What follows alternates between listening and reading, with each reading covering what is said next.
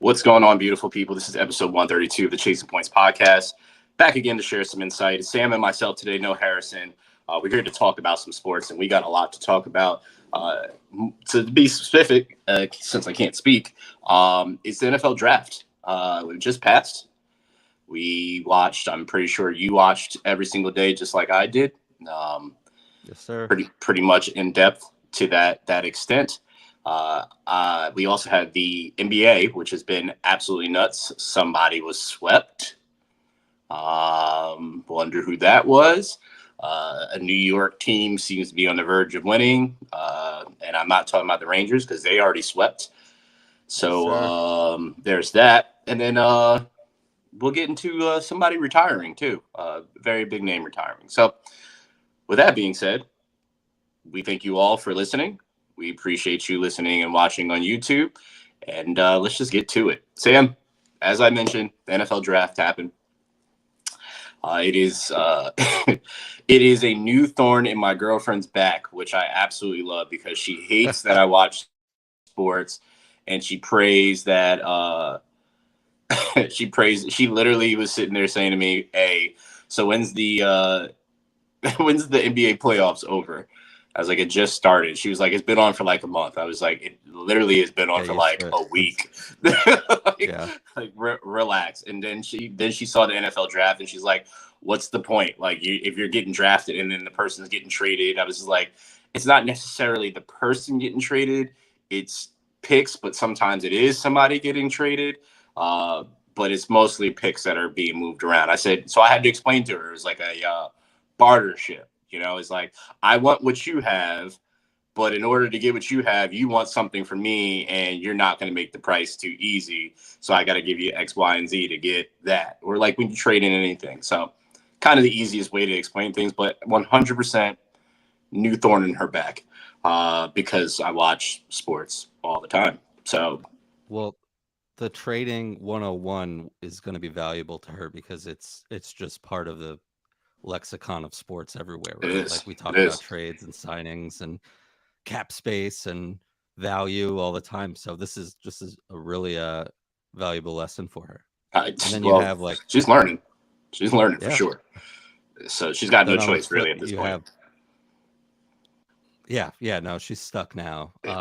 My wife and I have been together for like all together, like 15 years or something like that. So she knows that what the NFL draft is and um, how much I love it and just how invested we all as a sports community are in something like this. And it's my favorite weekend of the year. So we're Ladies, good. But just yeah, for any best ladies that sports. are listening to this, just understand that we just need our time as men just to watch our sports and get this out of our way. We'll do everything else as long as not our favorite teams playing when our favorite teams are playing. And depending on where it is, like if it's baseball and it's like the middle of the season, whatever, fine. Like, yeah, we'll go out and do what we got to do. But if it's like our favorite team in the playoffs, we got to make some adjustments. Like I can do before, I can do after, but I'm not doing Yeah. during. So we don't ask for much. Okay. That's all we're saying. Anyway, um, 6 quarterbacks went in the first Yeah. round. That is NFL history, correct? Yes, sir. Okay. Or at So least in the first 12, in the the first first 12 12. picks, yeah. So I think Absolutely the nuts. 84 draft, the 83 draft, there were 6 of them, but yeah. It was absolutely nuts that happened. I know they were, Adam Schefter kind of alluded to it prior to saying that he could see it being that. Um, I thought it was very interesting because that meant some teams were going to have to reach. And sure enough, some teams did reach. And there's 2 players that we're talking about specifically here, Penix Jr. and Mr. Nix. Sam, you have a question on here, and you asked where they overdrafted. And I was going to put in our questions that you asked if who was winners and who's losers. I was 100% going to put the Falcons. So this is an honorary run for me. Yes, Penix was drafted way too early, in my opinion.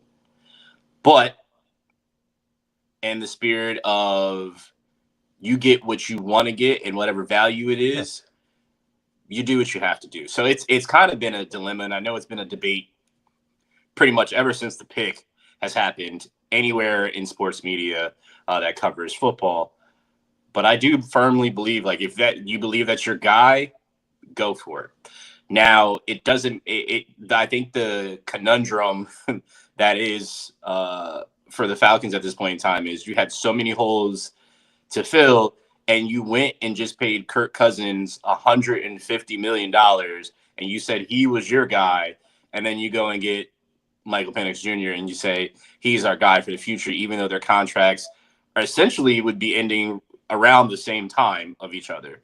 I understand if it's like an insurance thing, right? I understand if it's obviously after Matt Ryan left, they really had no quarterback, and it feels like this is kind of like a fear pick, if I'm being honest, and that thinking, and they're trying to prepare themselves so they don't have that happen. But also, if you're looking at the other side of the coin, Kirk Cousins is coming off of an Achilles injury, right? Right. So you want to make sure you don't know what he's going to be, if he's going to still be the same Kirk Cousins. Obviously, technology has come a long way, and I'm a victim of Achilles injury myself. So, I mean, you're absolutely able to get back out there and do what you have to do. But it's difference between me getting back into lifting in the gym and Kirk Cousins being chased by a 400-pound man that runs 4.5.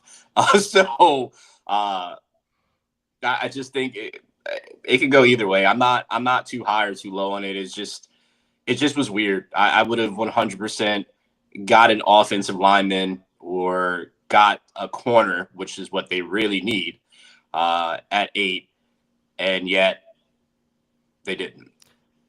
Yeah, I've gone back and forth with this. I understand, obviously, Mm-hmm.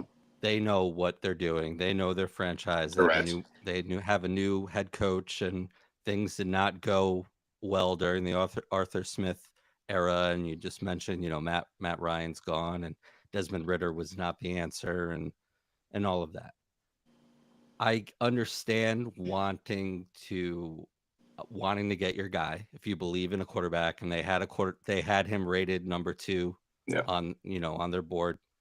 I'm all for that. I think when they compared the Packers situation in the GM and Raheem Morris in their press conference. Mm-hmm. I think that's a little bit different. This, as you mentioned, This team has a little bit. This is a lot different. Aaron Rodgers was supposed to be the first pick in the draft, and for whatever reason, he fell like 20-something spots. Yes. And it ended up working out like 3 years later, but that team was already a Super Bowl contender. And when Jordan Love was drafted, even you could have made the case. They traded up a couple picks to get Jordan Love, and I believe that was the same draft that Justin Jefferson was in, T. Higgins was in. They really needed wide receiver help, and that was the whole gripe that Rodgers had. Give me weapons here. What are we doing? Yeah. The Falcons aren't in that situation.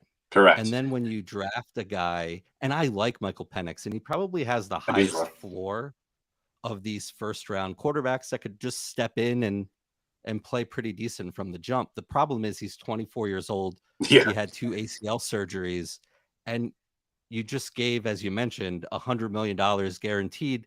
That Arthur Blank needs to put in escrow. When you give guaranteed money, you write the check and it sits at the bank. Like, even if it's not due to the player, that money is accounted for. And I just think with there's all the spin today, I thought maybe Dallas Turner, the edge rusher from Bama, would be the guy at 8, and that we had no interest in him, he wasn't our guy. Whatever, you can throw all the spin you want now.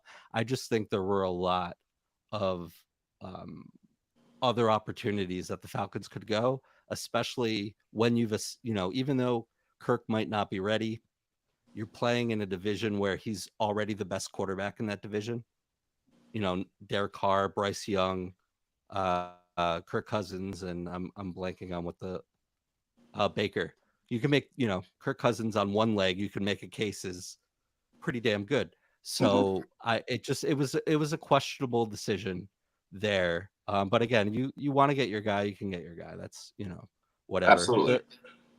And then the Broncos thing, we talked about Bo Nix, and we all knew this was going to happen, and it was rumored. All these teams trading up. Like, when can we trade up to get Yeah. JJ? What can we do? All this, like, it was inevitable to happen, and teams like yours benefited greatly from it, which is great.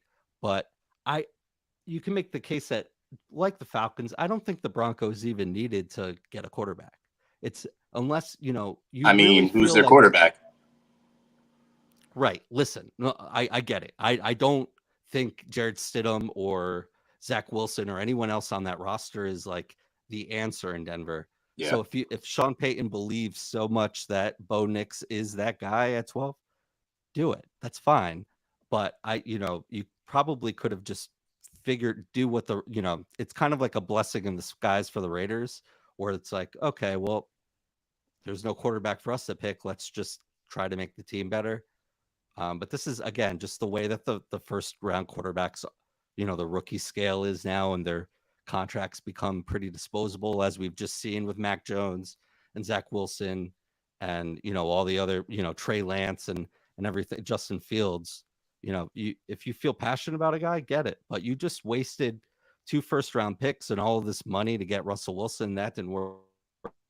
Maybe you just kind of like reset here, see what's happening, and then have a better idea going into next year. But if Well, I will contradict myself and just say, if you feel like Bo Nix is the dude, fine. I never saw it with him, and I feel like he's been in college forever, because going back to Auburn, I've never seen it with I him. want to push back because Yeah, you said about them giving 2 picks to Russ, but that wasn't Sean Payton's pick. That wasn't the new ownership's sure, pick. That wasn't anything. right, So it's a clean slate for them. This is their first right, draft together, making moves. So yes, they got rid of a lot of capital prior to what's set there now. But this is a guy in Bo Nix that, yes, in Auburn, a lot of people just remember Bo Nix in Auburn and had his up and down, not so great career. It was completely different when he went to Oregon. He's definitely grown into the role, matured and understood that. And what right. I heard and read is that the reason why Sean Payton really loved him, he reminds him of Drew Brees. Is the reason why he got him. Now, you are a huge Drew Brees fan, so you're probably going to have something to say about that for sure. But it reminds him of that, and also the fact that he is a coach's son is a big part of it, and his Yep. understanding for the game. So it's several things that fell in line and things that checked the box for Sean Payton that he looks for in a quarterback. And he, once he saw Bo, once he spoke to Bo, the word around town was, I heard Peter Schrager say essentially that it was kind of like an unspoken thing that Sean Payton was It really was done. high on him. Right. And sure enough, they went and did it. So again, you go and get your guy. Again, you don't have, you mentioned the names. You have Stidham, you have Zach Wilson, right? It's 2 guys that are journeymen at this point in time. Well, Zach is now officially starting to be a journeyman. Like, Yeah. this is the beginning of his journey. But if you can And get the a same guy, age as Bo Nix, by the way, yeah, which is nuts. The yeah, same age as Bo yeah, Nix, which it is is just pretty crazy. crazy to think that too. Um, but yeah, you got to go and get your guy. I mean, outside of that, I think the Broncos did absolutely well with everything they did. They filled some holes and whatnot, Yep. but they have a tough division, and I mean, anybody in the AFC has to just stack up and try to hope that they can do something anyway, because there's a guy over there that sounds like Kermit the Frog that you have to worry about. That just so happened just to get his tight end to sign on for 2 more years the same day his brother signed with ESPN for the pregame. Just the Kelsey's winning and everything. Everyone's getting paid. That the Good for whole them. Kelsey Andy tree breed just continues to grow. So yeah, I don't think the Bo Nix move is too bad. Again, it's just you get who you get who you want to get, and at the end of the day, we could be talking about this mid-season and be like, well, damn, look what Bo Nix is doing, right? Or Sure. or we can just come back. It might not even be this season. It might be 2 years from now, because they do have 2 quarterbacks that are already there that it can actually take time to sit there and not rush him out on the field and have him learn. I would honestly sit him for a year. Yes, he's Well, well, that's also an interesting dilemma too, because to the point of what you just said,